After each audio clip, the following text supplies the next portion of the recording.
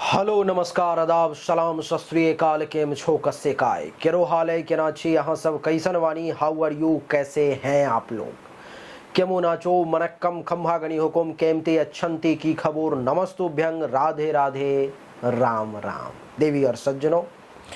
आज के इस वीडियो में मैं राजा मिश्रा आपको बताने जा रहा हूं धनु राशि फल सितंबर 2024 के बारे में कि धनु राशि वालों के लिए सितंबर का महीना आखिर कैसा रहेगा, किस मामले में अच्छा रहेगा, किस मामले में खराब रहेगा।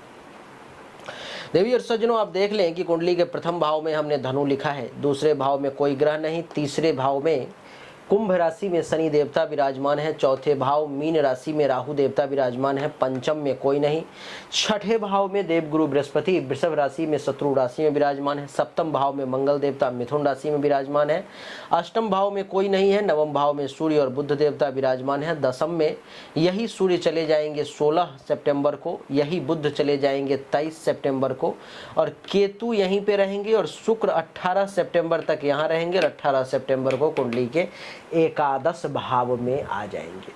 तो हम लोग जानने की ये कोशिश करेंगे कि इन ग्रहों का आपके ऊपर में आखिर क्या प्रभाव पड़ेगा, किस मामले में कौन सा ग्रह आपको अच्छा और कौन सा ग्रह बुरा रिजल्ट देगा, इसको समझने का हर संभव प्रयास करेंगे।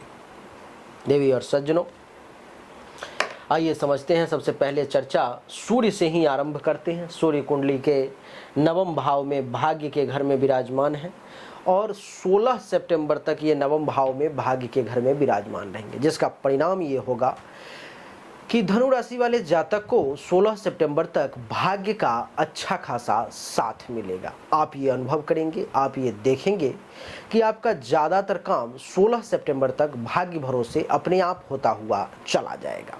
आप ये भी देखेंगे देवी और सज्जनों कि 16 सितंबर तक आपके मन में धर्म के प्रति एक गजब की आस्था, एक गजब का विश्वास जागृत होगा। धर्म का पालन करेंगे, धर्मात्मा भी कहलाएंगे। तीर्थ यात्रा वगैरह करने का भी अवसर मिल सकता है, किसी देव स्थान में आप जा सकते हैं। आपकी जानकारी के लिए बता दूं कि कुंडली के नवम भाव में सूर्य के बैठने के कारण आपको इस समय में अपने संत महात्मा ऋषि मुनि ब्राह्मण आचार्य इन सब का आशीर्वाद मिलेगा। अपने गुरु की सेवा करने का अवसर आपको प्राप्त होगा। और आपकी जानकारी के लिए बता दूं कि इस समय में आपके शिक्षा का स्तर भी ऊंचा होगा, सपने भी आपके पूरे होंगे। और यहाँ से सप्तम दृष्टि कुंडली के तीसरे भाव यहाँ पर में है, वो क्या करेगा कि छोटे भाई बहन, जूनियर्स अथवा उनके समान व्यक्ति से भी आपको लाभ दिलवाएगा। खुद के पराक्रम में भी वृद्धि करेगा। आपका धैर्य जो है सो मजबूत होगा। और आपकी जानकारी के लिए बता दूं कि अगर किसी प्रकार का कोई गुप्त शत्रु है जो आपको परेशान करने की कोशिश करेगा, तो इस समय में उसका भी काम तमाम हो जाएगा। छोटे भाई बहन, जूनियर्स, इन सब से अगर 16 सितंबर तक कोई लाभ लेना चाहते हो तो आपको वो आसानी से आराम से मिल जाएगा। और गले, नाक, कान, श्वसन अंग, ENT से संबंधित किसी प्रकार का कोई इशू है तो उसमें भी आपको राहत हो जाएगा। देवी और सज्जनों, आपकी जानकारी के लिए बता दूं कि सूर्य 16 सितंबर को जब कुंडली के दसम भाव में यहाँ पर में आ जाएंगे तो क्या होगा। दसम भाव में सूर्य के आने के कारण आपको पिता से लाभ मिलेगा, पिता तुल्य लोगों से लाभ मिलेगा। इतना ही नहीं, आपका काम धंधा बढ़िया चलेगा। पद प्रतिष्ठा मान सम्मान में भी सूर्यदेव खूब बढ़ोतरी करेंगे। कारोबार भी अच्छा चलेगा। और सरकार से अगर कोई लाभ लेना चाहते हो तो आपको वो भी मिल सकता है। और इस समय में आप एक चीज़ और अनुभव करोगे कि अगर आप किसी अधिकार के लिए लड़ रहे थे जो आपको नहीं मिल रहा था, तो उस अधिकार के प्राप्ति का भी योग है, आपको वो अधिकार भी मिलेगा। यहाँ से सप्तम दृष्टि सूर्य की कुंडली के चौथे भाव पर में, इस भाव पर में जहाँ राहु बैठे हुए हैं, तो सुख में भी वृद्धि करेगा। माता तुल्य महिलाओं से भी लाभ दिलवाएगा। जमीन, मकान, गाड़ी, घोड़ा, बंगला, अचल संपत्ति का भी सुख दिलवाएगा। छाती, हृदय, फेफड़े से संबंधित किसी प्रकार की अगर कोई समस्या है तो उससे भी आपको राहत मिलेगी। देवी और सज्जनों,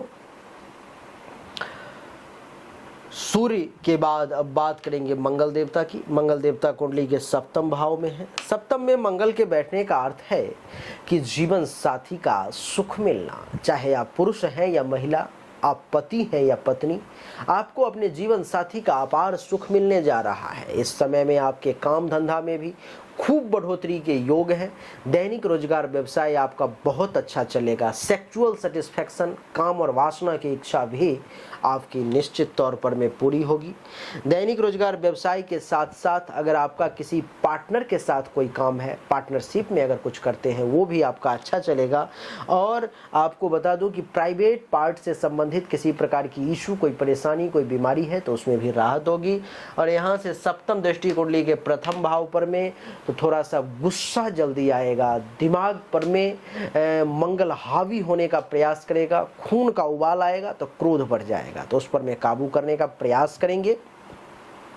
और आपको बता दूं कि शारीरिक तौर पे मजबूती मंगल देगा, रंग रूप अच्छा रहेगा, ज्ञान में वृद्धि होगी, शरीर में बल का एहसास होगा। और आपकी जानकारी के लिए बता दूं कि विनम्रता भी देखने को मिलेगी, कुछ गौरव करने लायक काम करेंगे। और उच्च की दृष्टि अष्टम द्वितीय भाव पर में तो धन धान्य संपत्ति में भी खूब वृद्धि होगी। आपकी जानकारी के लिए बता दूं कि इस समय में आपको परिवार से भी लाभ मिलेगा, पड़ोसी से भी फायदा होगा, और आपको पैसा जमा करने का भी अवसर जो है सो प्राप्त निश्चित तौर पे होगा। मंगल के बाद बुध की बात करेंगे। बुध देवता कुंडली के नवम भाव में 23 सितंबर तक है और 23 सितंबर को यहाँ चले जाएंगे। तो नवम भाव में बुध के बैठने के कारण जीवन साथी के भाग्य से आपका भाग्य जुड़ गया। अगर आप विवाहित हैं तो जीवन साथी से राय विचार लेकर के अगर काम करेंगे तो ये बुध आपके भाग्य में चार चांद लगा देगा, दिन दोगुना रात चौगुना वृद्धि होने लगेगी।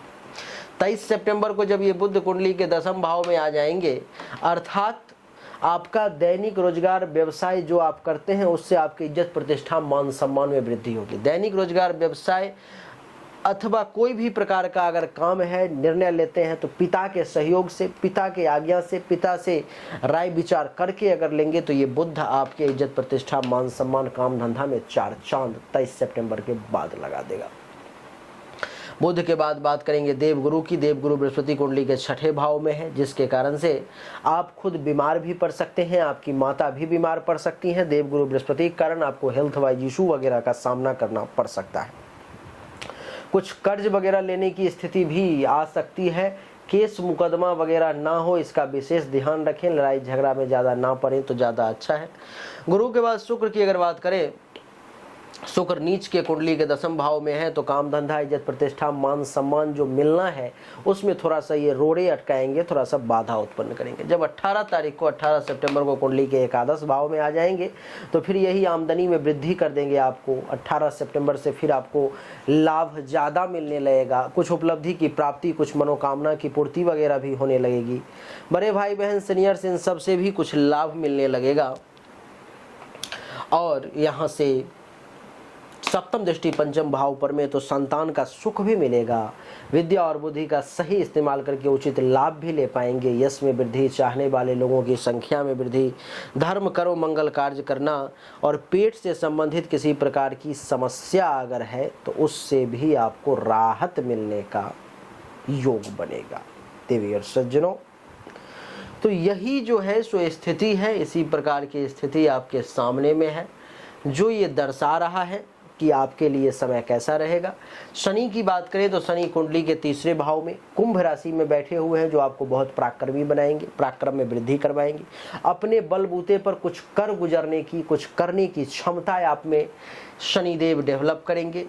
और राहु जो है सो कुंडली के चतुर्थ भाव में है, तो जो जमीन मकान गाड़ी घोड़ा बंगला अचल संपत्ति के प्राप्ति का सुख है इसमें थोड़ा सा ये बाधा डालेंगे। और केतु कुंडली के दसम भाव में है तो ये भी इज्जत प्रतिष्ठा मान सम्मान में वृद्धि करने का प्रयास करेंगे। देवी और सज्जनों, कुछ लोग कहते हैं कि गुरुदेव, जो अच्छा फल बताया जाता है वो हमें बहुत कम मिलता और जो बुरा फल बताया जाता है वो हमें ज़्यादा से ज़्यादा मिलता है। अगर आपके साथ भी ऐसा है, ऐसा अगर होता है तो आपको ज़रूरत है अपने जन्म कुंडली हस्तरेखा की जांच करवाने की, आपको ज़रूरत है अपने भाग्य को जांचने की कि आखिर क्या बात है, ऐसा क्यों हो रहा है। अगर आप जानना चाहते हो सामने दिए गए व्हाट्सएप नंबर 7062757996 पर में ज़रूर मैसेज करें, आपको सही और एक्यूरेट जानकारी मिलेगी। जो उचित शुल्क होगा आप जमा करके जानकारी प्राप्त करेंगे। उम्मीद करता हूं कि अच्छा लगा होगा ये छोटा सा वीडियो। अच्छा लगा तो वीडियो को लाइक करें, शेयर करें, चैनल को सब्सक्राइब करके इसके बेल आइकन के बटन को दबाएं। एक बार फिर से आप सभी का बहुत बहुत धन्यवाद। Thank you so much. जय हिंद, वंदे मातरम। बोलिए राधे राधे, राम राम।